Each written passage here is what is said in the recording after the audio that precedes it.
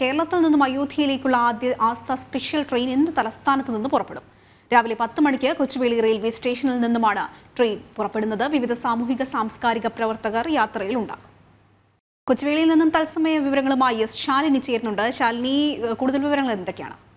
അതിന് ഏറെ നാൾ കാത്തിരുന്ന കേരളത്തിലെ രാമഭക്തരുടെ ആഗ്രഹം ഇന്ന് സഫലമാകാൻ പോവുകയാണ്. ഇന്ന് രാവിലെ 10 മണിയോടുകൂടിയാണ് തിരുവനന്തപുരം കൊച്ചുവേളി റെയിൽവേ സ്റ്റേഷനിൽ നിന്നുള്ള ആദ്യ ആസ്ഥ ട്രെയിൻ, അയോധ്യയിലേക്കുള്ള ആദ്യ ആസ്ഥ ട്രെയിൻ പുറപ്പെടാൻ പോകുന്നത്. ഇപ്പോൾ നമ്മൾ കാണുന്നത് ഈ ആസ്ഥ ട്രെയിനിന്റെ ഭാഗമായി യാത്രയ്ക്ക് പുറപ്പെടാനുള്ള യാത്രികരെയാണ് നമ്മളിപ്പോൾ കണ്ടുകൊണ്ടിരിക്കുന്നത്. രാവിലെ 9:30 ഔദ്യോഗികമായി ട്രെയിനിന്റെ ഫ്ളാഗ് ഓഫ് കർമ്മം മുൻ കേന്ദ്രമന്ത്രിയും ഒപ്പം തന്നെ BJPയുടെ മുതിർന്ന നേതാവും നേമം മുൻ MLA കൂടിയായിട്ടുള്ള O രാജഗോപാൽ അദ്ദേഹം നിർവഹിക്കും. അതിനുശേഷമാണ് യാത്രക്കാരെയൊക്കെ തന്നെ ട്രെയിനിലേക്ക് പ്രവേശിപ്പിക്കുകയും ചെയ്യും. അതീവ സുരക്ഷാ മേഖല ആയതുകൊണ്ട് തന്നെ രാമക്ഷേത്രത്തിലേക്കുള്ള യാത്രയും അതീവ സുരക്ഷ ഉറപ്പുവരുത്തിക്കൊണ്ട് തന്നെയാണ് ഇപ്പോൾ കൊച്ചുവേളി റെയിൽവേ സ്റ്റേഷനിലാണ് നമ്മൾ ഉള്ളത്. ഇതിന്റെ പ്രധാന കവാടത്തിലാണ് സെക്യൂരിറ്റി ചെക്കിങ്ങുകളൊക്കെ തന്നെ പൂർത്തീകരിച്ചുകൊണ്ട് യാത്രക്കാരെ ഉള്ളിലേക്ക് പ്രവേശിപ്പിക്കുന്നത്. നമുക്ക് മുൻപിൽ കാണുന്ന ഈ കൗണ്ടറിലേക്കാണ് ആദ്യം യാത്രക്കാരെത്തുന്നത്. ഇവിടെ എത്തി അവരുടെ വിശദാംശങ്ങൾ, അവരുടെ ID കാർഡുകൾ, അവരുടെ രേഖകൾ ഉൾപ്പെടെ പരിശോധിച്ച ശേഷം, ആധാർ രേഖകൾ ഉൾപ്പെടെ പരിശോധിച്ച ശേഷം അവർക്കൊരു ID കാർഡ്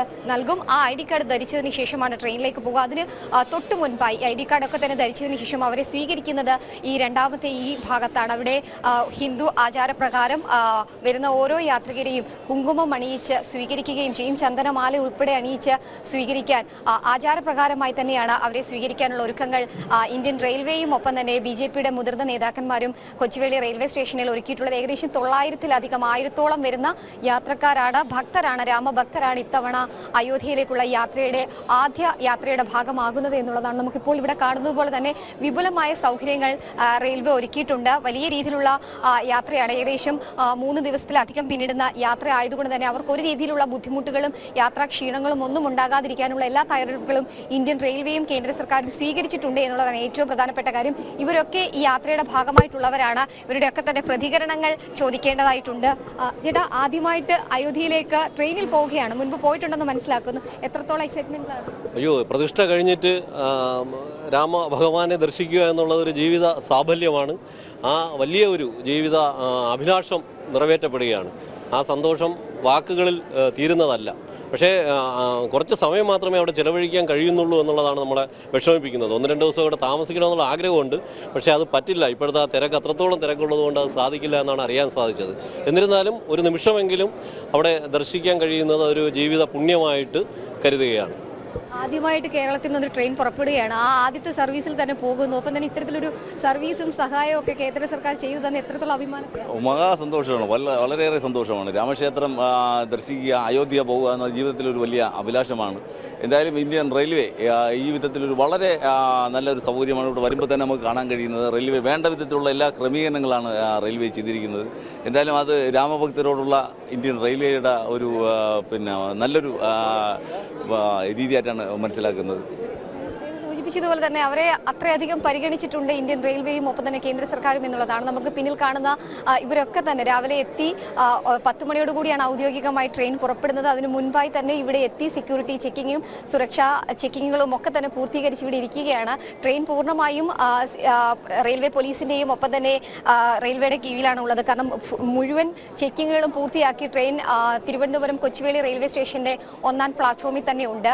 യാതൊരുവിധ സുരക്ഷാ വീഴ്ചകളും ഉണ്ടാകാതിരിക്കാനുള്ള എല്ലാ ക്രമീകരണങ്ങളും റെയിൽവേ ഒരുക്കുകയും ചെയ്തിട്ടുണ്ട്. ഇവരൊക്കെ തന്നെ അയോധ്യയിലേക്കുള്ള ആദ്യ യാത്രയുടെ ഭാഗമാകുന്നവരാണ്. ആദ്യ യാത്രയുടെ ഭാഗമായി അയോധ്യയിലേക്ക് പുറപ്പെടാൻ നിൽക്കുന്നവരൊക്കെയാണ്. നമുക്ക് അവരോടൊക്കെ തന്നെ ചോദിച്ചറിയാം. ചേച്ചി, ആദ്യമായിട്ട് അയോധ്യയിലേക്ക് പോവുകയാണോ? എത്രത്തോളം എക്സൈറ്റ്മെന്റ് ആണ്? വളരെ പറഞ്ഞറിയിക്കാൻ വയ്യാത്ത ലെവൽ എക്സൈറ്റ്മെന്റ് ആണ്. എത്രത്തോളം 3 ദിവസത്തെ അധികം യാത്രയുണ്ട്. തിരിച്ചും ഇങ്ങോട്ടേക്കും കുറച്ച് സമയമേ അവിടെ സ്പെൻഡ് ചെയ്യാൻ പറ്റുന്നുള്ളൂ എന്നുള്ള വിഷമം? ഇല്ല, ഒരിക്കലും ഇല്ല. ഭഗവാൻ ഒന്ന് കാണാൻ പറ്റുക എന്നുള്ളതാണ് ഏറ്റവും വലിയ ഭാഗ്യമായിട്ട് കാണുന്നത്. അതിന് വേണ്ടിയിട്ടാണ് ഇത്ര റിസ്ക് എടുത്താലും പോകണമെന്ന് ആഗ്രഹിക്കുന്നത്. ചേച്ചി, ആദ്യത്തെ യാത്രയുടെ ഭാഗമാണ്? ആദ്യമായിട്ടില്ല. ഞങ്ങൾ ഇവിടുത്തെ BJPയുടെ പ്രവർത്തകരാണ്. ഞങ്ങൾ ഇവരെ യാത്ര അയക്കാൻ വന്നതാണ്. ഞങ്ങൾ അവരോടൊപ്പം ഉണ്ട്. ഞങ്ങൾക്ക് പോകാൻ പറ്റാത്തതിൻ്റെ ഒരു സങ്കടമുണ്ട്. ഞങ്ങൾ ഇപ്രാവശ്യത്തെ ഇതിൽ ഭക്തർക്ക് വേണ്ടിയിട്ട് ഞങ്ങൾ മാറിക്കൊടുത്തതാണ്. അടുത്തതിൽ ഞങ്ങളെല്ലാവരും പോകുന്നുണ്ട്. ഇവരൊക്കെ കാത്തിരിപ്പാണ്. ഇവരുടെയൊക്കെ മുതിർന്ന BJP പ്രവർത്തകരുണ്ട്, മഹിളാ മോർച്ചയുടെ പ്രവർത്തകരുണ്ട്, യുവമോർച്ച പ്രവർത്തകരുണ്ട്. ഇവരൊക്കെ ഈ സംഘാടകരായി ഇവിടെ നിൽക്കുന്നുണ്ട്. ഒപ്പം തന്നെ ഇന്ത്യൻ റെയിൽവേ ഒരു വലിയ മികച്ച സംഘാടനം നടത്തിയാണ് ഇത്രയധികം ആളുകളെ കേരളത്തിൽ നിന്ന് അയോധ്യയിലേക്ക് യാത്രയാക്കാൻ പോകുന്നത്. എന്തായാലും കാത്തിരിപ്പിന്റെ നിമിഷങ്ങൾ, മണിക്കൂറുകൾ മാത്രമാണ്. കാരണം പ്രാണപ്രതിഷ്ഠയ്ക്ക് ശേഷം കേരളത്തിൽ നിന്നുള്ള ആദ്യ ട്രെയിൻ എന്ന് പുറപ്പെടും എന്നുള്ളൊരു ആകാംക്ഷ, ഒപ്പം തന്നെ കാത്തിരിപ്പ്, അത് ഓരോ രാമഭക്തരിലും ഓരോ തീർത്ഥാടകരിലും ഒക്കെ തന്നെ ഉണ്ടായിരുന്നു. അത് പൂർത്തീകരിച്ചുകൊണ്ട് ഇന്ന് രാവിലെ 10 മണിയോടുകൂടി ഔദ്യോഗികമായി കേരളത്തിൽ നിന്നുള്ള ട്രെയിൻ പുറപ്പെടുകയാണ്. വരും ദിവസങ്ങളിൽ പോണ്ടിച്ചേരിയിൽ നിന്നും, നാഗർകോവിൽ നിന്നും, കന്യാകുമാരിയിൽ നിന്നും ഒക്കെ തന്നെ കൂടുതൽ സർവീസുകൾ അയോധ്യയിലേക്ക് ഉണ്ടാകുമെന്നുള്ളതാണ് ഇന്ത്യൻ റെയിൽവേ അറിയിച്ചിട്ടുള്ളത്. എന്തായാലും മുഴുവൻ സീറ്റുകളും ബുക്ക് ചെയ്തുകൊണ്ട് ഏകദേശം 1000-ഓളം വരുന്ന യാത്രക്കാരും ഭക്തരുമായിട്ടാണ്. പ്രത്യേകിച്ച് അയോധ്യയിലേക്ക് മാത്രമുള്ള ട്രെയിനാണ്. മറ്റ് യാത്രക്കാർക്ക് ഈ ട്രെയിനിൽ പ്രവേശനമില്ല.